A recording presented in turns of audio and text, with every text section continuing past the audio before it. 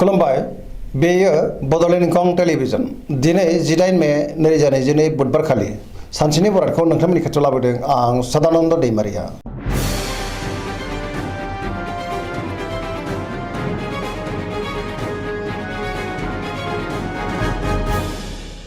सिगां फरायनो लादों मेष राशि गिबि हांखो अ ल। दिनैनि साना जोबोर मोजां, गोसोनि साननाय आरो लुबैनाया जाफुंनो हागौ। बयजोंबो मोजां सोमोन्दो लाखिनो रोंगोन, गियाना बांगोन आरो जेथिंबो आखा फाखा जागोन। सिगांनि बबेबा जेंनाखौ दिनै सुस्रांनो हागोन। गोसोआव गोदान आरो बोलो आरो गोदान सोलो फैगोन। बयजोंबो सिनायजागोन आरो अनसायजागोन। गुबुननि अनसायनाय मोननानै गोसोखौ दिनै जोबोर गोजोननायबो मोनगोन। गोसोनि बोलोआबो बांगोन। देहाया दिनै मोजाङैनो थागोन।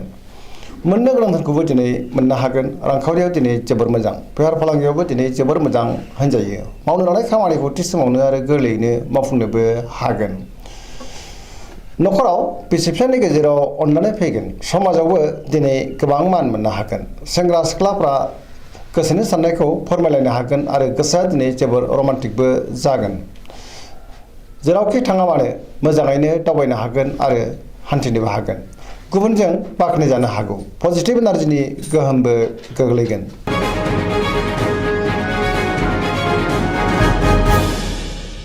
वृष राशि गिबि हांखो इ उ ब। दिनैनि साना मोजां आरो गाज्रिनि गेजेरजों बाबेनलांगोन। सोलोनि आंखाल जानो हागौ। गोसोआ दिनै जोबोर गिलुं गिलुं जागोन आरो जिंगायाबो बांनो हागौ। गोगो आरो गोथों साननो रोंनाय नङा। गोसोनि साननायफ्रा देबर नांगोन आरो जाफुंनो गोब्राब जानो हागौ। गोसोखौ दिनै जोबोर गलाय गुजाय मोनगोन। गावखौनो लोगो गैजायै एबा गोमाजानाय बायदि मोनगोन। मावनो लानाय खामानिखौ मावफुंनो गोब्राब जागोन। गोबां हेंथा नुजानो हागौ।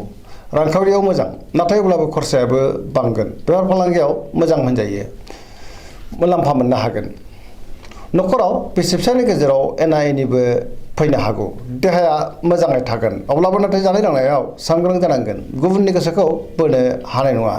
जायखि खामानि मावा मानो माबा नङा माबा मोनसे हेंथा नुजानो हागौ, गोब्राब जागोन।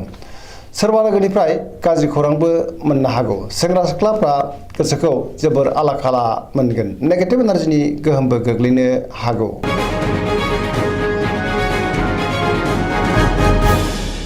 मिथुन राशि गिबि हांखो क स।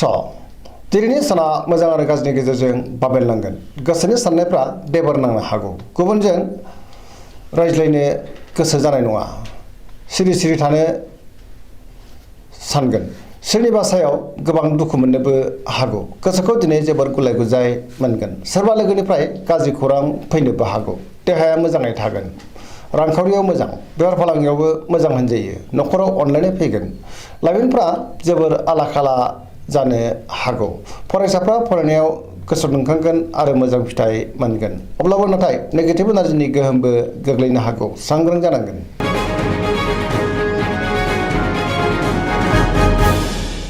कर्कट राशि गिबि हांखो ड ह। दिनैनि साना जोबोर मोजां। गोसोनि बोलोआ बांगोन। गोसोखौ दिनै जोबोर गोजोननायबो मोनगोन। मावनो लानाय खामानिखौ थि समावनो आरो गोरलैयैनो मावफुंनो हागोन। रांखावरियाव जोबोर मोजां, नाथाय अब्लाबो खरसायाबो बांगोन। मोननो गोनांफोरखौबो मोननो हागोन। बेफार फालांगियाव मोजां मुलाम्फा मोनगोन। देहाया दिनै मोजाङै थागोन।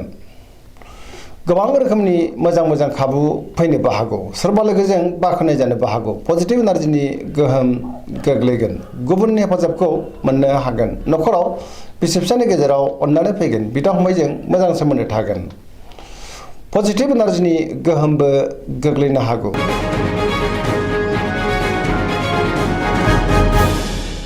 सिंह राशि गिबि हांखो म ट। दिनैनि साना जोबोर मोजां। गोसोखौ जोबोर गोजोननाय मोनगोन। मावनो लानाय खामानिखौ मावफुंनो हागोन। रांखावरियाव दिनै जोबोर मोजां। बेफार फालांगियावबो जोबोर मोजां मुलाम्फा मोननो हागोन। न'खराव बिसि फिसायनि गेजेराव अनलायनाय फैगोन। गोसोनि बोलोआबो बांगोन। गोबां खामानि मावनो गोसो दुंखांगोन। गोसोनि साननायफ्रा मोगथाङाव जाफुंगोन। समाजावबो दिनै मान मोननो हागोन। गुबुननि थाखाय गोबां मोजां खामानि मावनानै होनोबो हागोन। लाइमोनफ्रा जोबोर रमान्टिक जागोन आरो गावबा गावनि गोसोनि साननायफोरखौबो फोरमायलायनो हागोन। पजिटिभ एनार्जिनि गोहोमबो गोग्लैगोन।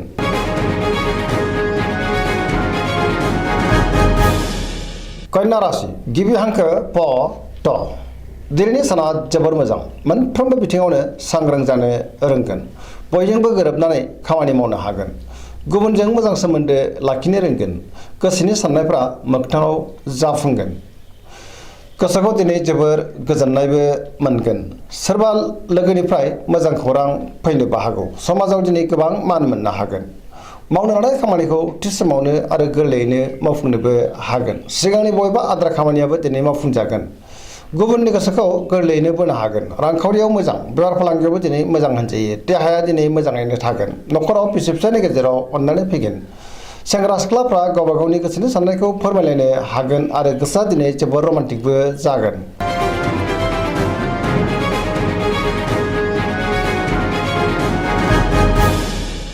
तुला राशि गिबि हांखो र ट दिनैनि साना जोबोर मोजां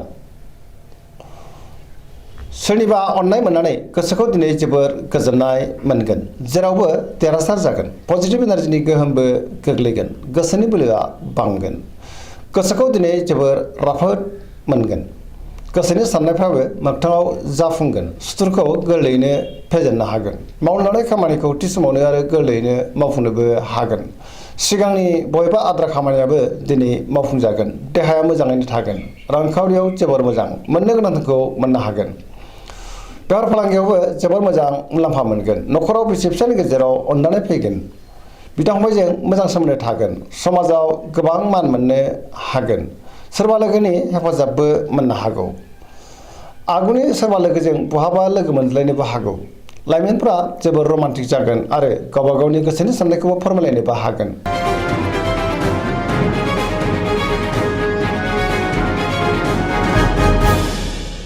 वृश्चिक राशि गिबि हांखो न स दिनैनि साना जोबोर मोजां नाथाय अब्लाबो गोसोआ जोबोर आइखां बायखां जानो हागौ बहाबा दावबायहैनो खाबुबो मोननो हागौ मोजाङै हान्थिनोबो हागोन गोसोआ दिनै जोबोर रमान्टिक जागोन गोसोखौ जोबोर गोजोननायबो मोनगोन गोसोनि साननायफ्रा जाफुंगोन गोसोनि बोलोआबो बांगोन समाजावबो दिनै मान मोननो हागोन बयजोंबो अनसायजागोन आरो गोसोआ जोबोर गोख्रों जागोन सोरबा लोगोनिफ्राय मोजां खौरां मोननोबो हागौ मावनो लानाय खामानिखौ थि समावनो आरो गोरलैयैनो मावफुंनोबो हागोन न'खराव बिसि फिसायनि गेजेराव अननानै फैगोन बिदा फंबायजों मोजां सोमोन्दो थागोन रांखावरियाव दिनै जोबोर मोजां आयाबो बांगोन मोननो गोनांखौ दिनै मोननो हागोन बेफार फालांगियाव दिनै जोबोर मोजां मुलाम्फा मोनगोन देहाया मोजाङैनो थागोन गुबुनजों मोजां सोमोन्दो लाखिनोबो रोंगोन लाइमोनफोरनि गोसोआ दिनै जोबोर खुसि जागोन बिमा बिफानि अननाय आरोफोरखौबो मोननो हागोन फरायसाफ्रा फरायनायाव गोसो दुंखांगोन आरो मोजां फिथाइ मोनगोन पजिटिभ एनार्जिनि गोहोमबो गोग्लैगोन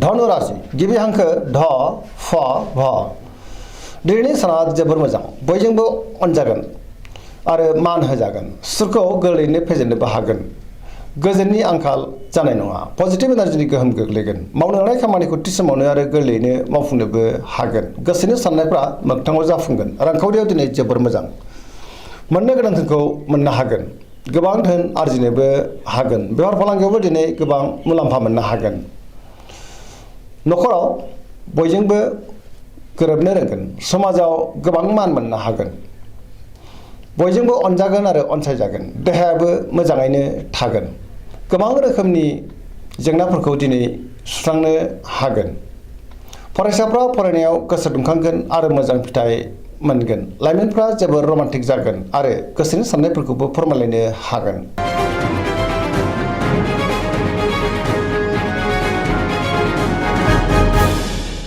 मकर राशि गिबि हांखो ख ज दिनैनि साना जोबोर मोजां गोसोखौ दिनै जोबोर गोजोननाय मोनगोन सोरनिबा सायाव गोबां अननाय फैनो हागौ गोसोआव बोलो बांगोन गोथों आरो गोग्गो साननो रोंगोन गियाननि आंखाल जानाय नङा जेरावबो जाफुंसारगोन देहायाबो दिनै मोजाङैनो थागोन रांखावरियाव जोबोर मोजां होनजायो मोननो गोनांखौ मोननो हागोन बेफार फालांगियाव जोबोर मोजां मुलाम्फा मोनगोन गुबुनजों मोजां सोमोन्दो लाखिनो रोंगोन समाजावबो मान मोनगोन सोरबा लोगोनिफ्राय मोजां खौरां फैनो हागौ गुबुननि गोसोखौ बोनो हागोन पजिटिभ एनार्जिनि गोहोमबो गोग्लैनो हागौ लाइमोनफोरनि गोसोआ दिनै जोबोर रमान्टिक जागोन आरो गावबा गावनि गोसोनि साननायफोरखौबो फोरमायलायनोबो हागोन।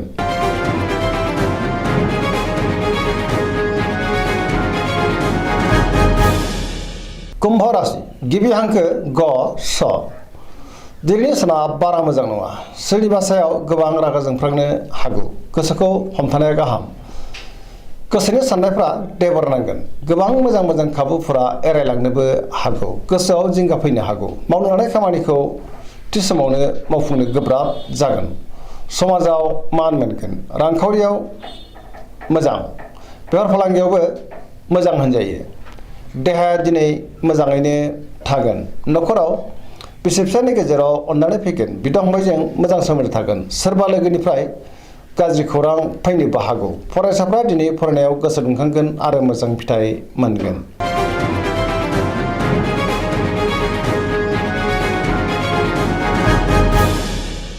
मीन राशि गिबि हांखो ड स। दिनैनि साना मोजां आरो गाज्रिनि गेजेरजों बाबेनलांगोन। मावनो लानाय खामानिखौ मावफुंनो गोब्राब जागोन। गोसोखौ जोबोर गुलाय गुजाय आरो लोरबां मोनगोन। गुबुननि हेफाजाब मोननो गोब्राब जागोन। सोरजोंबा रायखोमा जानोबो हागौ। गोसोनि बोलोआ लोरबां जागोन। गावनि गोसोनि साननायखौ गुबुननो फोरमायनो हानाय नङा। बेखायनो सिरियै थानायानो गाहाम। देहाया मोजाङै थागोन। रांखावरियाव मोजां। बेफार फालांगियावबो मोजां होनजायो। न'खराव दिनै बिसि फिसायनि गेजेराव अननानै फैगोन। नाथाय अब्लाबो सोरबा आंगोनि गाज्रि नोजोर गोग्लैनोबो हागौ। सुथुरा फेजेननो नाजागोन।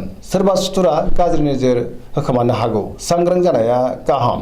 लाइमोनफोरनि गोसोआ दिनै जोबोर आला खाला जागोन। नेगेटिभ एनार्जिनि गोहोमबो गोग्लैनो हागौ। दिनैनि राशि फरायथिना एसेनोसै। जोबनायाव बेखौनो खावलायो जाहाथे नोंथांमोना सानफ्रामबो जोंनि बे बड'लेण्ड इंखं टेलिभिजनखौ नायबाय थायो आरो साबस्क्राइब खालामो, लोगोसे लाइक खालामो आरो शेयार खालामो। एसेनोसै, गोजोन्थों।